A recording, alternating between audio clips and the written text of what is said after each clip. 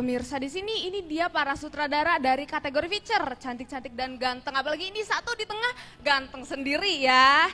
Paling ganteng dan teteh-teteh yang gelis pisan. Halo kakak-kakak sutradara, mungkin pemirsa pada bingung nih mana yang Kak Yulia, mana Kak Wulan, mana Kak Fahmi. Kalau gitu boleh nggak sih perkenalkan nama, angkatan, dan judul karyanya Kak? Kalau aku udah pada tahu meren ya. Nama M. Fahmi, angkatan 10, karyanya Jendela Destinasi. Nama saya Julia Rani, angkatan 10. Judul karyanya adalah Wisata Pangalengan. Nama saya Wulan Sari, saya angkatan 10 dan karya saya Ambatik. Halo, nama saya Yulia Oktaviana Sari, angkatan 10, judul karyanya Pospen. Halo, saya Mudia, angkatan 10 dan karya kami Intara. Oke, aku langsung aja yang mulai ya Kak kali. Aku mau nanya dulu ke Kak Wulan nih. Untuk menjadikan kerajinan batik sebagai objek untuk karyanya itu berpikirannya dari mana sih Kak? Kenapa Kak Wulan berpikir untuk menjadikan kerajinan batik sebagai objek untuk karya feature-nya? Karena seperti tema feature-nya pariwisata dan budaya. Jadi di Batik Komar ini kita ada tempat wisata dan juga kita bisa belajar budaya di sana. Dan di sana juga memang banyak yang berkunjung dari luar negeri ataupun sekitarnya. Jadi memilih itu. Gitu ya. Oke, tapi berarti tadi kakak bilang banyak yang berkunjung ya dari luar negeri kayak gitu-gitu. Berarti batik tuh nggak cuma terkenal dari Solo, Pekalongan dan lain-lain gitu ya. Tapi aku pribadi sih jujur belum tahu banget nih kalau misalnya di Bandung tuh ada pengrajin batik. Nah, proses riset kakak dalam menemukan si pengrajin batik ini gimana sih? Ya, awalnya kita ya nyari-nyari di internet dan ya ada. Dan untungnya kita juga disaranin oleh guru, kan kita emang sempat ditolak di tempat yang sebelumnya. Dan aku mau berterima kasih kepada Pak Opi dan Pak Gunara yang udah ngasih saran ke kelompok aku dan ngasih inilah masukan kelompok aku. Tapi Kak ada kendala tersendiri nggak sih dalam proses syutingnya? Kalau proses syuting alhamdulillah nggak ada ya. Paling kendalanya itu saat mau menjelang syuting. Kita H-2 mau syuting di tempat yang sebelumnya kita pilih itu ternyata kita ditolak. Dan saat kita udah mempersiapkan semuanya di H-2 syuting itu kita dapat kabar kalau pihak tempatnya itu tidak menyetujui kegiatan kita. Jadi ya kita mau nggak mau ngulang lagi dari awal dan merancang lagi dan survei lagi. Berarti kendalanya udah cukup banyak banget nih ya. Sekarang aku mau tanya kalau Kak Yulia dari Pospen. Nah, aku ternyata di Bandung tuh banyak wisata yang instagramable banget. Aku boleh tahu nggak sih gimana Kak Yulia bisa mendapatkan referensi buat sudut pandang tadi? Oke, buat referensinya paling dari menpro aku, Anissa, dia tuh lihat-lihat di TikTok, terus atau enggak di Instagram, itu banyak keluarnya tuh tempat, yaitu sudut cerita itu. Gini kan Kak, sudut pandang tuh kan kalau akhir-akhir itu lagi happening banget kan. Nah, ada hal mengesankan tersendiri nggak sih selama proses syuting? Banyak banget yang mengesankannya. Udah staff di sana tuh welcome banget semuanya. Untungnya kita di sana syutingnya lancar ya meskipun adalah kendala-kendala sedikit mah gitu. Kendalanya apa tuh Kak? Kendalanya paling kan di sana tuh tempatnya banyak. Terus satu alur juga jalannya. Jadi kalau misalnya kita udah ke ruangan selanjutnya kita nggak boleh balik ke ruangan sebelumnya. Nah di situ kita harus meminimalisir pengambilan gambar tuh harus cukup nih di ruangan ini tuh gitu loh. Kalau untuk hal unik yang terjadi saat proses syuting ada nggak sih Kak? Boleh diceritain dong? Hal unik apa ya? Paling Iya, diceritain singkat aja. Gak ada, kayaknya semuanya aman-aman aja kayaknya. Aman ya, terkendali. Oke. Lanjut, aku ada pertanyaan buat Kak Julia dari Wisata Pangalengan.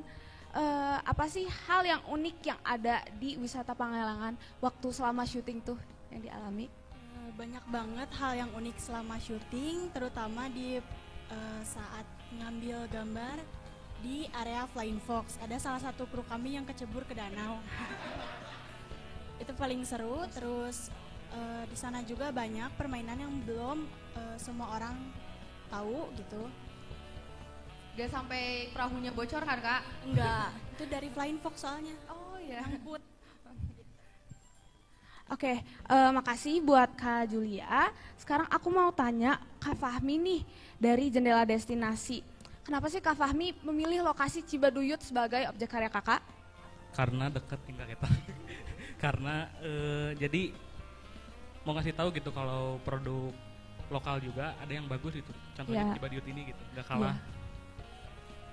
Ada inspirasi yang didapatkan gak Kak? Kayak misalnya pingin jadi pengrajin sepatu gitu nanti? Enggak sih. Cocok boleh. Ya. Sekarang Pak lanjut ke Kamudia nih. Bagaimana sih Kak proses Kamudia dan teman-teman lain dalam menemukan pabrik bambu ini?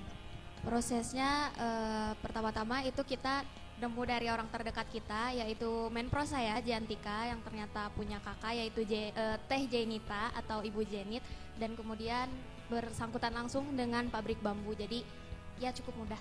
Terima kasih kepada Bu Jenita dan juga Jantika. Oke, terima kasih buat kakak-kakak di sini udah berbagi ceritanya yang mungkin bisa jadi pengalaman juga untuk kita dan mungkin buat kita-kita yang nanti nih kelas 10, 11 buat kelas 12-nya jadi pelajaran juga. Segitu aja buat Bincang Sutradara dari kategori feature.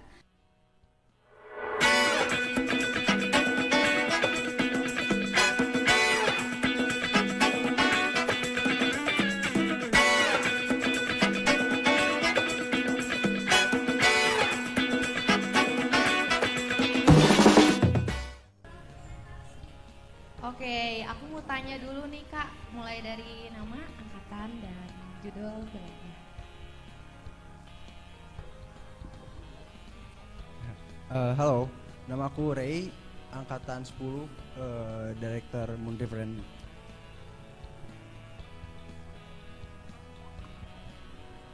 Halo, nama aku Karin dari angkatan 10. Film yang aku sutradarai judulnya Sarupna. Halo, nama saya Muhammad Rehan Nursidik Ryan, angkatan 10, direct dari film Alangan. Halo, nama aku Kintar Mardika dari angkatan 10 juga, direct dari Aturan Tak Terlihat. Oke, aku mau tanya dulu ke Kak Raihan. Ya. Cerita Moon River and Me itu kan unik banget ya Kak. Nah kakak tuh terinspirasi dari film lain atau gimana tuh Kak? Iya, nggak terinspirasi sih, lebih ke ngambil keresahan aku aja. Dan emang itu sedikitnya ada kisah nyata dari aku ya. Tapi nih selama pembuatan filmnya ada nggak sih kendala yang dialami gitu? Kalau kendala sih nggak ada kayaknya. Maksudnya paling ada kendala teknis kecil-kecilan gitu. Soalnya untungnya teman-teman aku, kelompok aku tuh kayak mereka udah ngerti juga. Jadi ngehandle problem solvingnya juga udah enak. Iya, berarti udah berhasil banget lah ya. Bisa dibilang berhasil. Iya. Berkembang ya. Tapi apa sih Kak yang bikin beda dari karya-karya yang teman-teman yang lain gitu? Nggak tahu sih ya. Cuman ini mah bikin beda dari karya aku juga sebelumnya. Soalnya banyak banget nyampein feel, bukan dari aku doang, dari teman-teman yang lain juga. Soalnya yang putus bukan cuma aku doang kan. Jadi enak, nyaman. Oke. Terima kasih buat Kak Rehan. Sekarang aku mau tanya ke Kak Kintar buat film Aturan Tak Terlihat. Ini kan film fiksi nih, tapi siapa tahu ada juga nih diselipin dari kejadian nyata yang pernah Kak Kintar alamin mungkin? Gimana maksudnya, kayak Apa gitu? Kayak misalnya di situ kan tentang ini ya sompral gitu. Mungkin Ya, Kak Kintar pernah sompral terus kejadian juga yang serem-serem kayak gitu. Kebetulan kalau aku alhamdulillah nggak pernah sih. Nggak pernah, kayak ya. gitu. Ya. Terus tapi ada nggak sih hal-hal aneh gitu pas syutingnya? Apa ya? Kebetulan kita juga kan syuting di desa di Pangalengan. Ya. Di desa Banjarsari. Di situ juga masih lumayan kental juga ya adat-adat di sana juga. Jadi ada beberapa kejadian yang tidak kita inginkan, cuman di situ lumayan beberapa jadi kendala juga. Sebutin jangan ya? Sebutin jangan ya, sebutin jangan ya. Guys, sebutin jangan guys. Sebutin jangan. Sebutin jangan guys. Spill Ada dong. waktu kita syuting di day 2 ya? Ya ada itu. Di day 2 di malamnya ada kejadian yang tidak kita inginkan, ada yang kesurupan kawan-kawan. Ya, kesurupan ya. Itu lumayan ya. horor aslinya. Siapa? Aslinya Siapa lumayan ya? horor. Siapa ya? Sampai Siapa teriak-teriak nangis-nangis gitu ya? Ya, lumayan gitulah.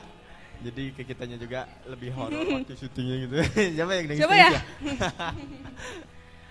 Makasih banget nih pengalaman yang seru, yang serem ya, yang udah dibagikan tadi sama Kak Kintar. Sekarang aku mau ke yang serem-serem lagi nih. Boleh. Sarep. Nah, aku mau nanya ke Kak Karina. Apa sih Kak arti atau makna dari judul film yang Kakak angkat?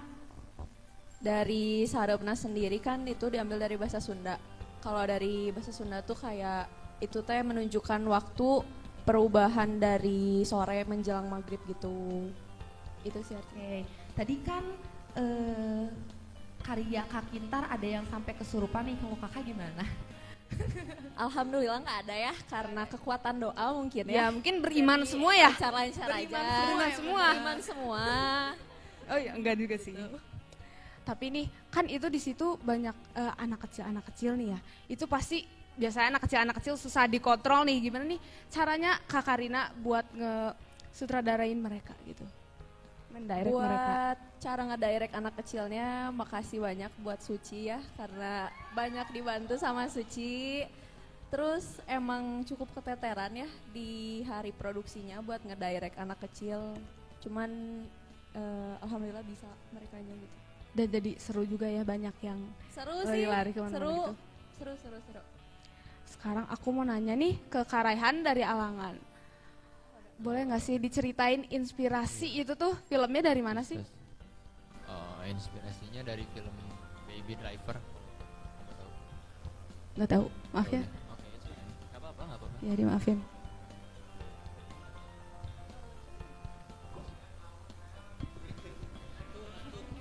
Sorry. Jadi filmnya itu terinspirasi dari film Baby Driver. Oke, gitu aja. Itu film yang terinspirasi itu apa, inspirasi yang yang diambil dari si film itu tuh apanya sih? Konsep musiknya. Jadi musik di film aku itu menggambarin mood dari si pemeran. Oke.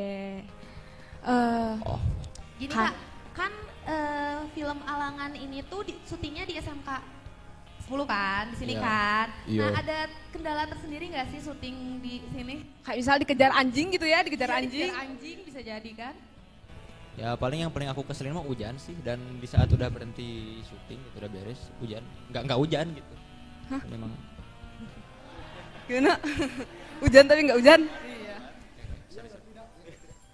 Ngerti. Cukup kali ya Kak. Iya, terima kasih Kak. ya.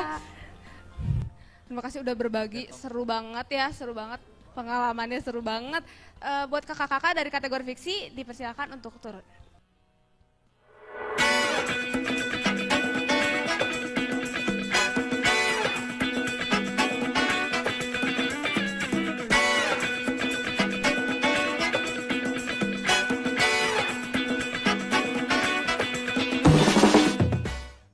Kece-kece semua ya. Kece-kece semua, Aduh. super 90s gitu ya. 90s banget.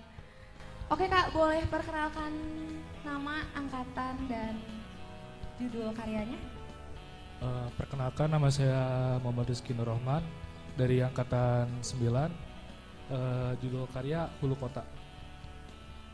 Halo, saya Muhammad Fadlan Kusuma alias Umar dari Angkatan 9 dengan judul karya Rindang. Halo semuanya, nama saya Mugi, DOP dari karya Kode Merah, Angkatan 9, aka BCO 4 tahun. BCO 4 tahun. Aku pertama mau nanya dulu ke Kak Rizky dari Hulu Kota. Dari judulnya ini udah unik banget. Apa sih makna dari judul ini secara keseluruhan aja? Sebenarnya gak ada maknanya sih. Cuma kita ini mengambil nama Hulu Kota ini karena Yayasan CAI yang kita angkat ini berasal dari Bandung Utara dan fokus di Bandung Utara. Tapi apa sih alasan kakak memilih yayasan sebagai objek karya dokumenter? Sebenarnya ini komunitas ya, lalu diangkat menjadi yayasan karena untuk memayungi di bawah lembaga hukum. Kalau dilihat-lihat nih, tadi nih kan risetnya tuh kayaknya susah banget nih. Ada kendala nggak sih dalam proses riset sebelum syuting ini? Kendala paling waktu produksi di Day One kita pakai H5 yang mati, nggak bisa dipakai. Tapi untungnya masih bisa dimaksimalkan ya. Iya, benar. Sekarang aku mau ke Kak Fadlan nih dengan judul karya Rindang. Apa sih apakah selama proses syuting ada hal yang membuat berkesan gitu Kak? Soalnya kan bersentuhan dengan orang spesial gitu kan Kak? Oke, kalau dari proses syuting ya berarti lebih ke speechless sama kondisi yang ada di sana sih, kayak gak nyangka aja gitu. Ternyata ada gitu ya, aku ngerasain gitu di dalamnya kayak gimana gitu. Terus apa ya? Dari segi ya itu sih pokoknya gitu. Tersentuh banget ya Kak. Tersentuh sih. Dia. Aku Iya, juga jadi kita yang nontonnya juga ikut terharu banget sih. Nangis sih tadi aku. Jangan nangis sih, nanti luntur ya. Jangan. Tapi nih kan tadi aku lihat itu amanatnya udah apa ya? Benar-benar berarti banget nih ya. Tapi kalau untuk kakak sendiri nih, dari kakak sendiri yang bikin filmnya nih, kakak pengen menyampaikan amanat apa sih sebenarnya? Kalau aku pribadi ini kan berkaitan dengan biografi Pak Tatang ya, sebagai founder dari sekolah tersebut gitu. Kita mau ngasih tahu orang banyak aja bahwa dengan keterbatasan tuh seharusnya nggak jadi halangan buat kita peduli sama orang gitu. Kayak itu sih. Iya, pasti kita aduh bingung deh. Pokoknya speechless karena sedih banget dan jadi apa ya, kerasa gitu ke kitanya gimana perasaan mereka gitu mungkin ya. Sekarang aku mau tanya ke kamu Gi ya, dari Kode Merah, perwakilan dari Kode Merah. Itu tuh kita kan tadi aku lihat ada yang pas untuk penyelamatan kucing nih. Berarti itu kan asli ya? Asli ya. Pasti ada kesulitan gak sih untuk pengambilan gambarnya? Karena itu pasti chaos gitu mungkin. Mungkin kesulitan waktu ada tragedi kucing yang tersangkut di pohon. Ya. Kita tim dari Kode Merah berusaha untuk memfokuskan momen yang harus terambil. Paling itu aja sih. Kendalanya di momen aja harus tepat. Iya benar. Tapi itu kan di situ warga-warga juga pada ikut ya. Jadi ya, pasti rusuh lah ya di situnya. Tapi Kak aku penasaran banget untuk soal perizinannya nih Kak. Kan itu kakak syuting di Dinas Kebakaran dan Penanggulangan Bencana kan ya Kak. Ya. Nah soal perizinannya gimana, susah atau gimana gitu? Kalau dari perizinan sih yang ngurus kan ada di direktor sama skrip. Ada Nabila sama Rani yang ngurus surat dari Dinas Kebakaran, kemudian ke sekolah, kemudian ke Dinas Pendidikan juga ada surat-surat. Oke, alasan kakak memilih judul Kode Merah tuh kenapa sih? Soalnya cocok banget sih kata aku. Kode Merah itu sebenarnya kode dari pemadam kebakaran itu tersendiri. Ketika ada kebakaran, mereka pasti bilang kode merah, bahwa kode merah itu ya kode untuk terjadinya kebakaran gitu, untuk segera bergegas. Ini kakak-kakak dari kategori dokumenter ini memberikan karya yang sangat apa ya, memiliki amanat yang benar banget. Terima kasih banget udah berbagi pengalaman dan juga pengalaman dari narasumber kakak yang dikemas ke karya yang benar-benar menyentuh hati kita ya. Terima kasih untuk kakak-kakak, dipersilakan untuk turun.